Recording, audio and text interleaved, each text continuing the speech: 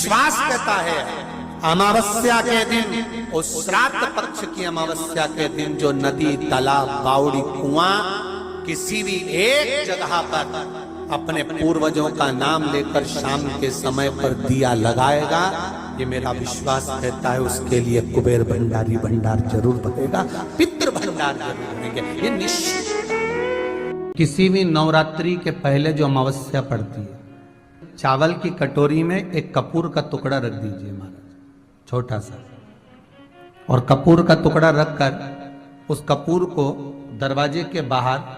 कटोरी में ही, चावल रखी हुई कटोरी में ही उसको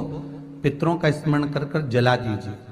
और जलाने के बाद उस चावल को कहीं भी किसी भी वृक्ष की छांव में पक्षियों के लिए डाल दीजिए।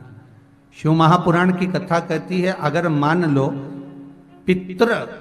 आपको कष्ट दे रहे हैं, पितर आपको तकलीफ दे रहे हैं, कोई काम नहीं होने दे रहे हैं, या कहीं आपको ऐसा लगता है कि पितरों का दोष है, तो वो पितृ दोष देवी, अब ये जो आप करेंगे ये कब कर रहे हैं? अमावस्या के दिन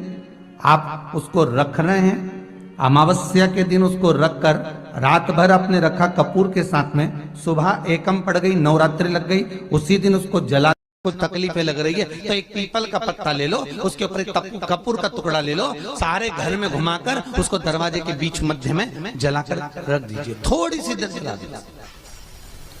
20 से 25 मिनट के अंदर स्वयं गुरु बाबा कहते हैं, राम सुनो, यदि कोई आरती में, पूजन में, घर में एक कपूर का टुकड़ा आरती के बाद में जब समर्पित करेगा तो उसको अश्वमेध यज्ञ का पुण्य प्राप्त हो जाएगा। अश्वमेध यज्ञ के पुण्य को पाने के लिए कपूर का टुकड़ा आज भी आरती में जलाया जाएगा, आज भी एक कपूर का टुकड़ा सुख का। इसीलिए हमारे यहाँ शास्त्र कहता है महाराज,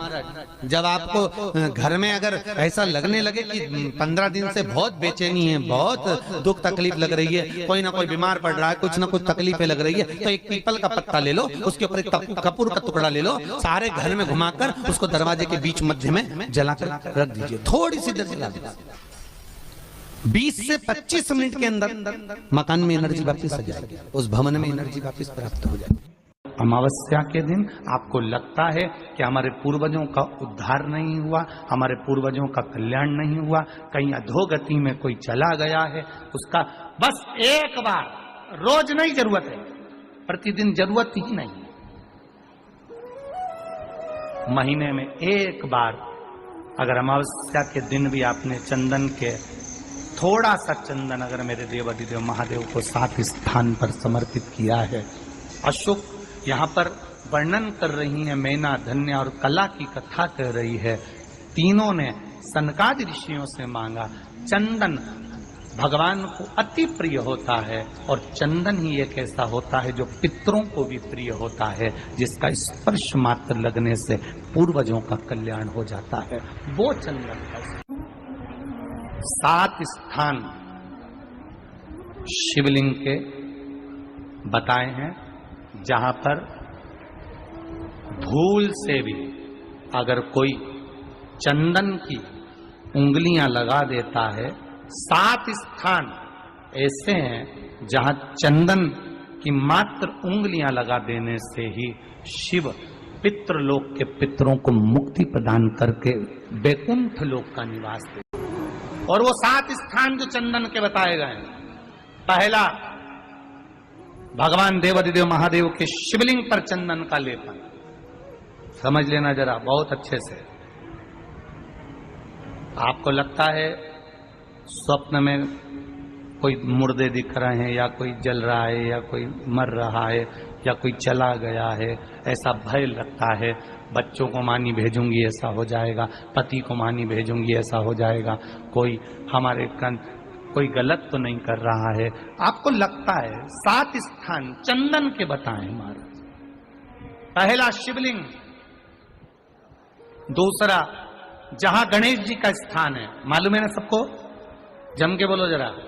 मालूम है ना सबको, जहां गणेश जी का स्थान है वहां अलग से गणेश जी बैठे, वहां नहीं, शिवलिंग में जलाधारी के ठीक सामने राइट में गणेश, लेफ्ट में कार्तिकेय, बीच में अशोक सुंदरी। तो पहला चंदन बाबा के शिवलिंग पर, दूसरा गणेश जी पर चंदन की उंगली, तीसरा षडानंद कार्तिकेय पर चंदन की उंगली, चौथा अशोक सुंदरी पर चंदन की उंगली, पांचवा जलाधारी पर चंदन की उंगली, छठा जो शिवलिंग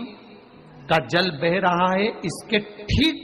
विपरीत की ओर चंदन की उंगली, और सातवां चंदन नंदी के मस्तक के ऊपर जो दो सींग लगे रहते हैं उस पर चंदन की उंगली। ये कब लगाई जाती है? या तो अमावस्या के दिन आपको लगता है कि हमारे पूर्वजों का उद्धार नहीं हुआ, हमारे पूर्वजों का कल्याण नहीं हुआ, कहीं अधोगति में कोई चला गया है, उसका बस एक बार,